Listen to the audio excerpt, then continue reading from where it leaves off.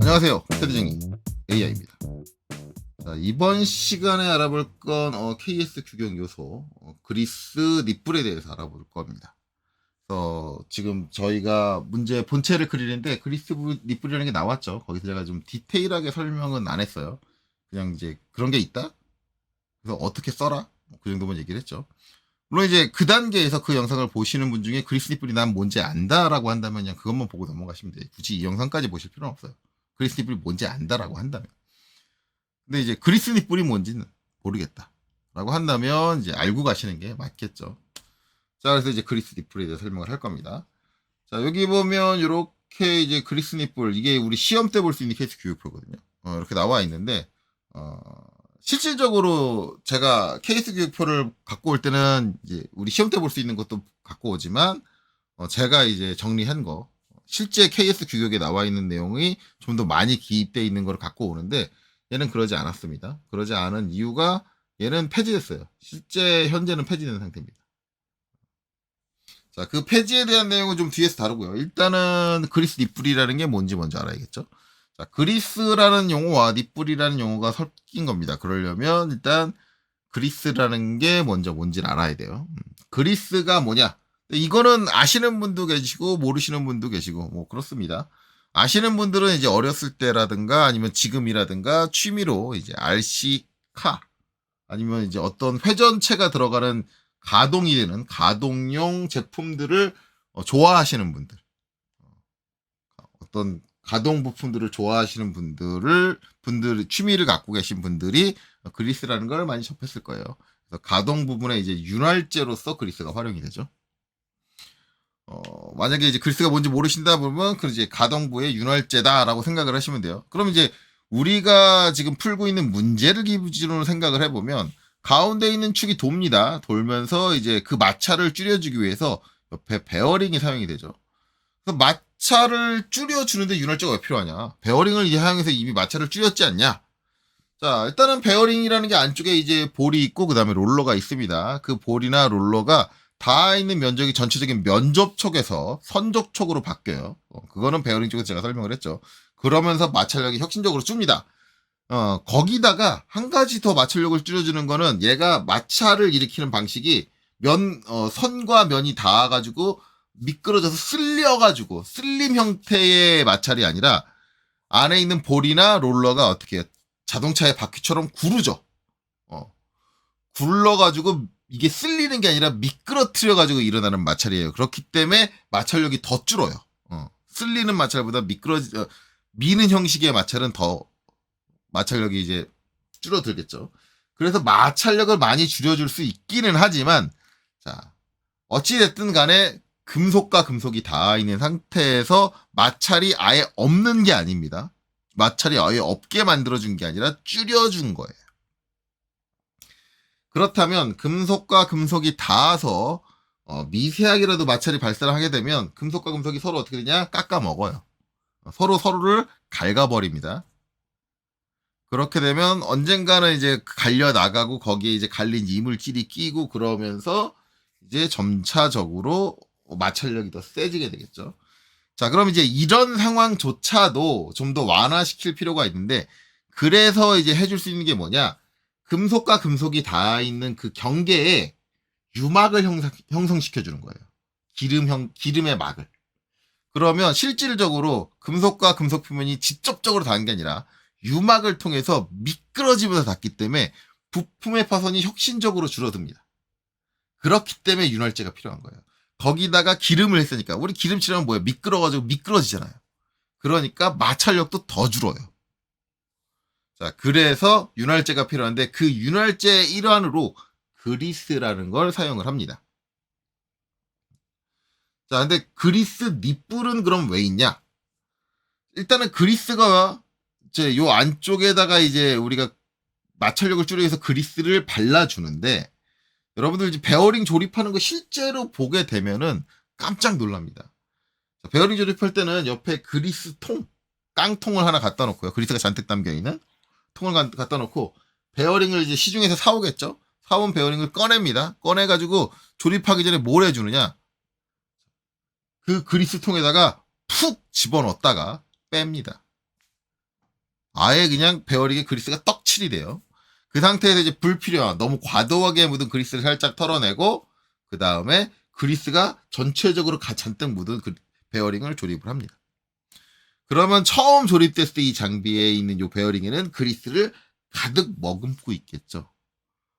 자, 하지만 이 그리스라는 거는 기본적으로 액체 형태를 띱니다. 액체라기보다는 좀 찐득한 형태의 액체. 물처럼 그냥 완전히 흘러내리는 그런 액체가 아니라 찐득한 형체예요. 그래서 천천히 이제 움직이고 그런데 이게 젤리하고 물하고의 중간 형태라고 보시면 적극적할 것 같아요. 젤리는 너무 단단하고 너무 고체에 가깝고 젤리하고 물의 중간 형태니까 얘가 손으로 그냥 살짝만 눌러도 그냥 싹 뭉개지는데 그렇다고 해서 어딘가 이제 딱 붙여놓고 딱 밑으로 내려놓으면 그냥 자기 힘으로 그냥 쑥 하고 밑으로 물처럼 그냥 흘러내려오는 그런 거는 아니에요. 좀 들러붙어 있고 맺혀 있고 뭐 그런 형태. 좀 아주 걸쭉걸쭉하고 찐득찐득한 그런 이제 형태인데 자, 이 안에 있는 축이 돌기 시작을 하면은 여기 묻어있던 베어링이 그 축의 원심력에 의해서 이제 이거 사방팔방으로 이제 흩뿌려지고 그 다음에 이 축의 점성에 달라붙어 있는 애들은 어떻게 되냐면 이 축을 타고 이제 삐져 나올 수 있는 곳으로 슬슬슬 기어 나오기 시작합니다. 그러다가 이제 여기 축이 바깥쪽으로 나와야 되니까 여기 틈새가 발생을 하는데 이 틈새를 비집고 들어와서 바깥으로 나가려고 해요. 자, 나가려고 하는 초입에 이렇게 오일실이라는 게 껴져 있습니다. 얘는 이제 고무로 돼 있고 기본적으로 오일이 바깥으로 빠져나가는 걸 막기 위해서 설치가 되는데 그렇다고 해서 오일이 전혀 안 샌다? 그건 아니에요.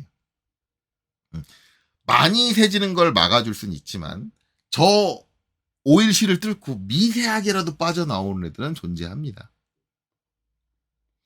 그래서 이렇게 빠져나와서 나중에는 여기서 이제 원심력에서 다시 뿌려진다든가 아니면 하중에 의해서 밑으로 중력에 의해서 밑으로 떨어진다든가. 그래서 이제 일부 이제 그리스가 유실이 되게 되고 아까 말씀드렸듯이 이제 이게 바깥으로 원심력에서 삘삘삘 돌다 보면은 이제 여기 있는 요 틈새로도 이렇게 들어가고요. 이 틈새가 하부에도 있겠죠. 하부에 있는 틈새로 이렇게 들어가고 여기에 가스켓이 껴져 있긴 하지만 또 몇몇은 여기서 운 좋게 이 가스켓을 뚫고 나와가지고 바깥으로 빠져나오기도 합니다. 물론 얘 같은 경우는 상부로 빠져나오는 경우는 거의 없고요. 자중에 의해서 하부로 빠져나오게 될 겁니다. 그것도 양은 그렇게 많지가 않고요. 가스켓이 기본적으로 체결되어 있기 때문에. 어쨌든 이렇게 미세하게 유출되는 게 있고 그 다음에 요 내부에 있는 공기가 있고 그 다음에 얘는 완전한 고체가 아닌 그리스는 액체 형태를 띠고 있기 때문에 대기 중에서 그 기름의 성분이 증발을 하게 됩니다. 기름이 갖고 있는 수분이라든가 그런 것들이 증발을 하게 되면서 점점 딱딱하게 굳게 돼요. 자, 그래서 결론적으로는 언젠가 시간이 경과하게 되면 안쪽에 있는 그 윤활제 역할을 해주던 유막들은 전부 다 없어지게 돼요. 그렇기 때문에 저 장비를 오랫동안 사용을 하려면 주기적으로 안쪽에 그리스를 보충을 해줘야 돼요. 자, 보충을 해주는데 일반적으로 이제 보충을 하려면 구멍이 있어야겠죠. 안 그러면 이게 다 분해하고 보충해야 되거든요. 다 분해해가지고 보충하기엔 너무 힘들잖아요.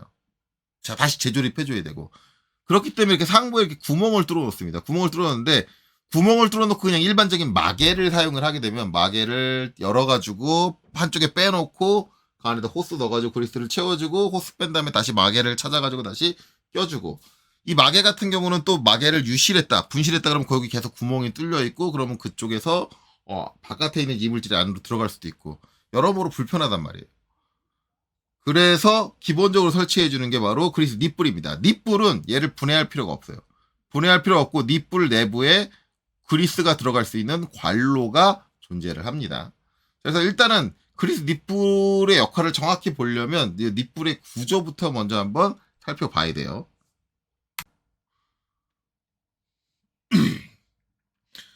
자, 이게 간략하게 대충 그려놓은 상태예요. 일단은 그리스 여기서 닛불에 해당하는 부분은 내부에 있는 이제 요 형태죠. 요 형태 이렇게 돼 있어요. 여기가 이제 육각 너트 부분이고 그다음에 이제 여기가 나사 부분이고 요 형태. 여기고 이제 외부는 이제 그리스 닛불은 아니고 그리스 닛불에 좀 쉽게 연결될 수 있는 퀵커플러라고 합니다. 퀵커플러. 일반적으로 이제 여기다 뭔가를 연결을 해가지고 요 안쪽으로 이제 그리스를 주입을 해줘야 되는데 연결해주는 것도 이제 원터치 타입으로 쉽게 연결할 수 있게 하기 위해서 그리스 닛불 여기 보면 여기가 굴곡이 이렇게 돼 있죠. 이렇게 돼 있는 이유가 이제 그런 퀵커플러를 연결할 수 있게 하기 위해서 그런 거예요.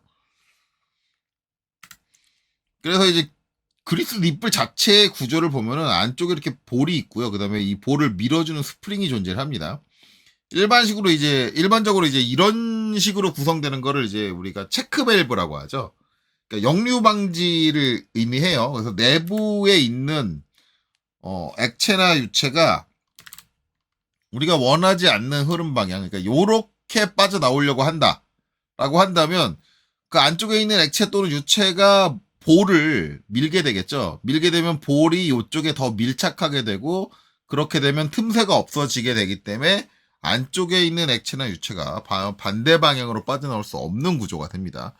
그리고 기본적으로 항상 이렇게 스프링에 의해서 안쪽에 있는 볼을 밀고 있기 때문에 별도로 저 구멍을 막지 않아도 그 구멍이 항상 막혀 있게 되는 거죠. 외부에 있는 이물질이 구멍 안으로 유입이 된다든가 그런 일이 없어요.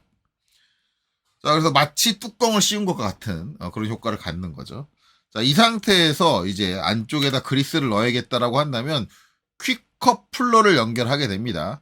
퀵커플러를 연결하게 되고 일반적으로는 이런 퀵커플러 내부에 볼을 밀어줄 수 있는 막대기 같은 게 달려 있어요. 봉 같은 게 달려 있고 이 봉이 퀵커플러를 이제 조립하게 되면은 볼을 밀면서 안으로 들어가게 됩니다. 그러면서 스프링이 눌리겠죠. 그래서 지금 요 부분을 지나서 직경이 완전히 커지는 쪽으로 이 정도만 열어도 저 틈새로 유체가 들어올 수 있는 거죠. 그래서 스프링을 밀어서 이렇게 딱 들어오면 요 사이에 있는 틈새로 그리스들이 들어올 수 있다. 자, 그래서 퀵커플러를 밀어가지고 이렇게 잠궈 놓으면 퀵커플러에도 이렇게 볼이 하나 달려 있어요. 볼이 이제 여러 군데 달려 있는데 이 볼이 요 홈에 딱 이렇게 껴지게 됩니다. 껴지고 겉에 있는 커버를 스프링이 밀어주게 되면 이 경사면이 볼을 밀기 때문에 이 볼이 반대 방향인 이쪽으로 빠져나올 수가 없어요. 이렇게 밀고 있기 때문에. 이 상태가 유지되면은 이 커버를 제거해주지 않는 한 자동으로 풀리지가 않습니다. 연결이. 그래서 이런 식으로 연결을 해놨다가 나중에 풀어줄 때는 이 커버를 뒤로 이렇게 미는 거죠. 스프링을 사람이 손으로 스프링을 눌러가지고 뒤로 빼주게 되면 이제 어떻게 되느냐 이렇게 되죠. 경사가 볼을 밀어주는 게 멈춰지고 그 다음에 직경이 큰 쪽이 볼 쪽으로 오게 되기 때문에 이제 얘를 빼기 위해서 뒤로 잡아 당기면 어떻게 되느냐? 요 경사면을 볼이 타고 올라옵니다. 올라와서 지금 여기 보면 이렇게 수평에 보면 얘가 뒤로 이렇게 빠지면서 여기 있는 직경보다 가장 큰 최대 직경보다 더 직경이 넓어져서 커플러를 해제할 수 있게 이렇게 되는 거죠. 이런 구조를 갖고 있다. 그래서 이제 이렇게 좀 편하게 그리스를 공급하는 공급 장치의 호스를 연결을 하고 그 다음에 제거를 해서 빠르게 그리스를 보충할 수 있게 하기 위해서 달아놓는 게 그리스 닛불이다 라는 거예요. 그래서 그걸 달아놓은 거다라고 보시면 되겠죠. 자, 다시 돌아왔습니다. 그래서 달아놓는데 일단 기본적인 규격은 이제 여기 있는 걸 따르는 거예요. 여기 나사 규격이 보면 지금 M6F 형식이 뭐 AM6F라고 돼 있는데 M6의 0.75 일반적으로 가는 나사를 사용을 하고요. 그 다음에 이제 여기 같은 경우는 MT는 미터 테이퍼 나사입니다. 미터 테이퍼 나사로 해가지고 6의 0.75다라고 하는데 요렇게 두 가지 중에 뭐 여기서 이제 규격표 시험 볼 때는 어느 걸 써도 상관없다라는 건데 우리가 MT6의 0.75를 시험 때 쓸 일은 없을 거예요. 왜냐하면 시험 규격 자체에 미터 테이퍼 나사라는 게 안 나옵니다. 규격표에 없어요. 그러니까 규격표를 참고할 수 없으니까 안 써주는 게 맞겠죠. 그리고 미터 가는 나사는 있으니까 아마 이걸 선택하게 될 거예요.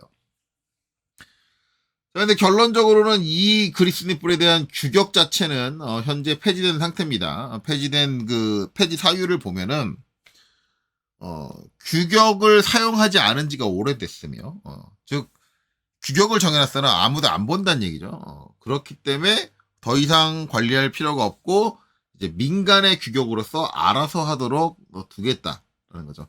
뭐 어떻게 해석을 하면은 이제 뉘앙스가 이런 뉘앙스죠. 내가 규격 만들어서 놨는데 니들이 안 보고 니들 마음대로 하잖아. 그러니까 나는 이제 이거 규격 안 할 테니까 니들이 알아서 해라. 이런 의미죠. 저는 이제 모든 표현을 좀 안 좋게 하는 경향이 있긴 하죠. 어쨌든 이제 제가 그거를 읽었을 때는 그런 뉘앙스구나라고 느꼈어요. 근데 이제 실제로 진짜 말을 안 들었습니다. 왜냐하면 이제 그리스니플 시험 때는 요 두 가지밖에 못 쓴다라고 하지만 이거 그리스니플 시중에서 사오는 건데 그 규격표 보면은 사이즈가 나사 사이즈가 천차만별이에요. 립불의 사이즈에 따라서 나사 사이즈가 달라지기도 하지만 저걸 이제 M6에 0.75 쓸 때도 있고요. 이게 M6에 보통 나사 쓰는 경우도 있습니다. 미터 보통 나사. 실제로 이제 좀 보면은 미터 보통 나사를 쓰면은 가는 나사 쓰는 것보다는 안 좋아요. 왜냐면 이 안쪽에 유치가 들어가는 거기 때문에 상당히 좋지는 않습니다. 왜 안 좋냐라고 하는데 그거는 일단은 요 밀폐력 때문에 그래요. 우리가 이제 관형 테이퍼 나사를 쓰는 경우, 그런 경우도 이제 밀폐력 때문에 관형 테이퍼 나사 쓰는 거죠. 기본적으로 이게 밀폐력이 높으려면 테이퍼 나사를 쓰는 게 맞고요. 그 다음에 이제 어쩔 수 없이 평행 나사를 쓴다 그러면 그 중에 가는 나사를 쓰는 게 맞습니다. 그래야지 나사 사이의 틈새가 좁아가지고 차폐력이 높아져요.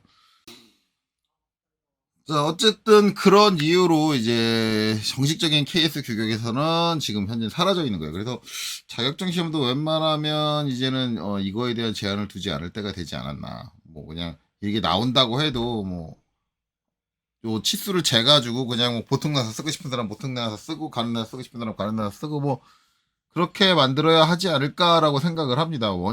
왜냐면 이제 원칙적으로 KS 규격이 사라졌으니까. KS 규격을 뭐 현실적으로 반영을 해서 문제를 만들어야겠죠. 어쨌든 지금까지는 아직까지 이제 규격표에서 요 부분을 제공을 해주고 있으니 어쨌든 시험 볼 때는 요 규격에서 이제 골라서 쓰면 된다. 그리고 이제 요런 형태를 보면 이제 얘는 그리스 닛불이다라는 걸 알아야 되고 그리고 실제적으로 이제 단순히 시험을 보기 위한 게 아니라 실무적으로 일하시는 분들은 안쪽에 그리스가 들어가고 그리스를 지속적으로 보충을 해줘야 되는데 그럴 때 그리스 닛불이라는 걸 사용을 하면 커넥터를 이용해서 쉽게 그리스를 보충해 줄 수 있다. 뭐 이런 경우에 저 그리스 닛불이라는 걸 사용을 하자. 뭐 이런 개념으로 알아두시면 되겠죠. 자, 그래서 그리스 닛불에 대한 설명은 이것으로 마치도록 하겠습니다. 여기까지 보시느라 수고 많으셨습니다.